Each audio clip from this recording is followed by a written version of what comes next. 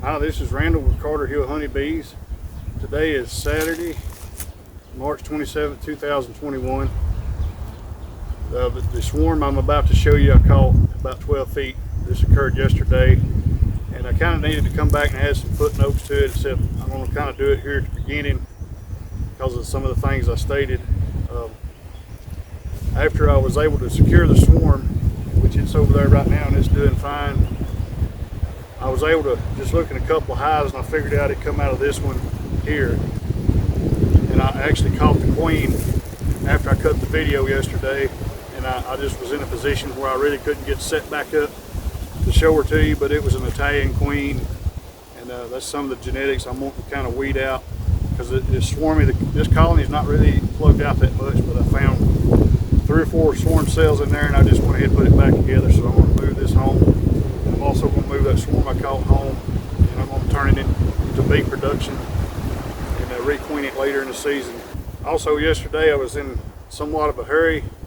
I've come up to swarms like that before, and I get a sense of urgency because I've actually been trying to get prepared 2 or 3 times in my beekeeping career, and that's just part of it. But what's happened to me, I'll be trying to get set up in the swarm, just come off the limb and depart right there in front of me. And once that happens, there's really nothing you can do that I know of to stop it. So I didn't know how long that swarm had been hanging there, so I kind of was in a little bit of hurry. I probably skipped over these couple of points right there. Now I'm going to show you how I catch swarms from about 8.5, 9 feet up to high as I can reach, except this one's about 12 foot, but it's basically the same steps. It's just how far you're going to extend the pole out and deal with that. Now, catching swarms like this, if they're on big limbs, it's much more difficult. Ideally, they're be on a limb about the size of your finger out there that's real flimsy. That makes it a whole lot easier. So this swarm's a little bit challenging to catch. Hi, it's Randall with Carter Hill Honeybees. Today is Friday, March 26th, and I was coming to this yard right here and spotted this swarm from the road down there. So this, I guess you could call this my first swarm of the year, but it could possibly have been influenced by my community feeder, because I did move number 40 and number 38 up here a couple weeks ago. So one of those could have produced that swarm. The next likely candidate would be number 52 right there, and it's working pretty hard.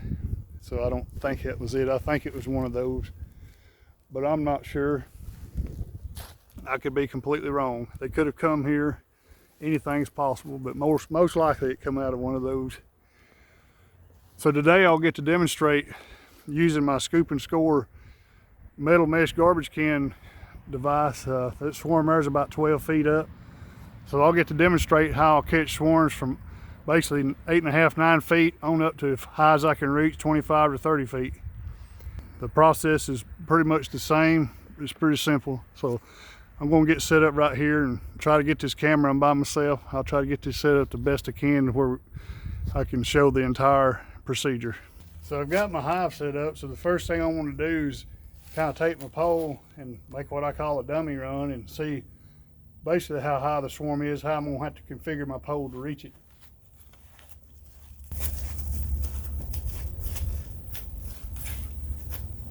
I already knew I wouldn't have to extend it out, but if it was way on up, I would go ahead and telescope it out where it needs to be, and then I could just simply come and put my bucket on, and then I'll be ready. Also, another tip, I kind of have a sense of urgency when I pull up and there's a swarm hanging. That's basically $120 hanging up there on that limb. If you go buy packaged bees that size, you're gonna pay $100, $120, $130 depending on where you're at, and that's prime with wax makers. 3 or 4 times in my career, I've actually been pulling up and getting ready like this, and then have the bees start departing as I'm trying to get suited up and take off and lose them. So the clock is ticking when they're hanging up there. So I recommend a sense of urgency to try to go ahead and get them captured in the box, and as quick as you can. So now I'm going to take my scoop and score bucket and screw it onto the pole and get it snug. Make sure the bottom joints are snug. Now if I have to extend out the pole any, I'm going to start with the bottom segment first and stretch it out because it's bigger and less flexible. And then you want to use the minimum amount of the small part as you can because it's the most flexible and will give the most. But I'm not going to need any of that. So I'm just going to make sure they're snugged up. Now the bees at this height, from time to time, they're usually going to be a little bit aggressive the first couple minutes you dump them in the bucket. But they'll settle down pretty quick. So you're going to want to have on a veil for this and suited up regular. The first time I done this, I done it with shorts on. I got stung several times on my leg. So I don't know if it's, I think maybe they extend their, when they blow off their alarm pheromone, maybe their stinger comes out. I don't know what it is, but for whatever reason, they seem to sting a lot more when you dump them in this bucket. So I had a dead out box. It's still early in the year. So I got 10 drawn out combs in here. I got 4 of them set out on the ground. So basically I'm just going to reach up here and let the bees fall in the waste can, ease them down. The bigger the limb is, like this limb here, starting to get to the range where it don't have much flex. It's kind of harder to bump it and make them fall in just right. So I'm probably going to try to rake some of these in there. And then when I get most of the bees in there, then I'll probably try to bump it down. Well, actually, I'll probably just go ahead and bump it.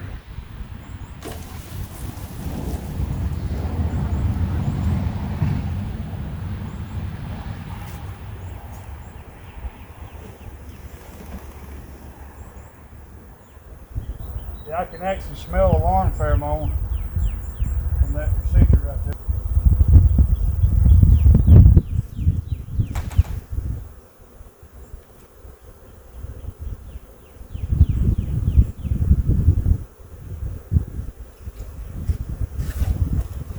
I'm going to sting my pole out a little bit and land it up here. So I brought you over here to kind of see what's going on. I got some bees fanning at the entrance. They're fanning all in here. I got a good strong smell of an alarm pheromone when I initially dropped them in the can.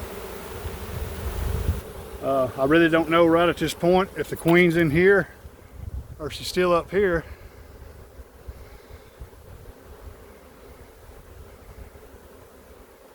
I'll probably take just a moment to look for her, but notice how some of the bees are lighting on the garbage can right there.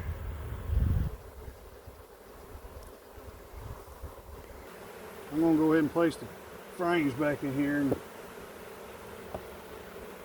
try to make this more accommodating for them. And I'm just going to give this a few minutes and see. The bees will tell me where she's at pretty quick.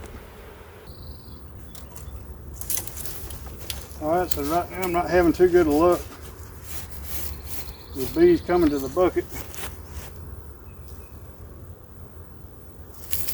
Although there's a fair amount in there. There's a handful of bees in there, so I'm going to dump them here on the front of the colony, or the front of the box. So I need to get something going. I'm going to bump that limb to the back side of the pole.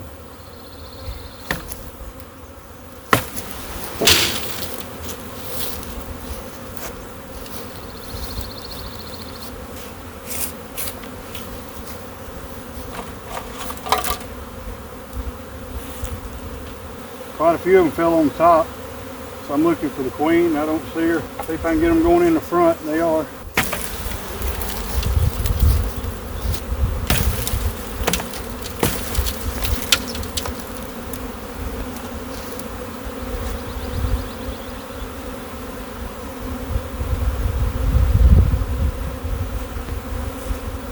Well, I got it good that time. I got most of them to come off.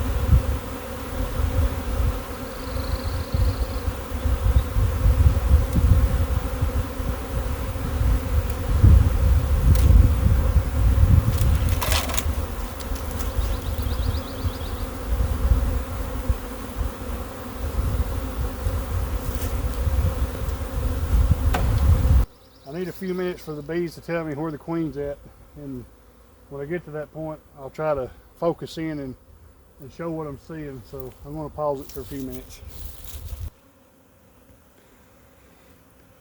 So it's been about 10 minutes or so since I initially dumped the bees in the box. So I'm going to show you what I look for at this point to tell me most likely where the queen is. If you'll notice how content the bees appear to be at the box. There's a lot of them flying around, but they're kind of flying around hunting the queen, and they're starting to congregate on the box. But just notice how many bees are fanning. They don't seem to be nervous and running about. Now up here on the limb, I don't know how well this is going to translate, but up here on the limb, I'm not seeing it very good on my phone, but if you can see, notice how the bees are kind of more nervous and they're kind of running around. You can tell the queen's not there. They're trying to find her, and the numbers is gradually getting smaller and smaller even as I talk. So the bees are starting to come off of there, and they're flying around everywhere within 15-20 yards of trying to figure out where she's at. Pretty sure she's in that box right there. Nice swarm of bees though. They should get a real good start with those drawn out combs. And I'm gonna look back up here at the limb.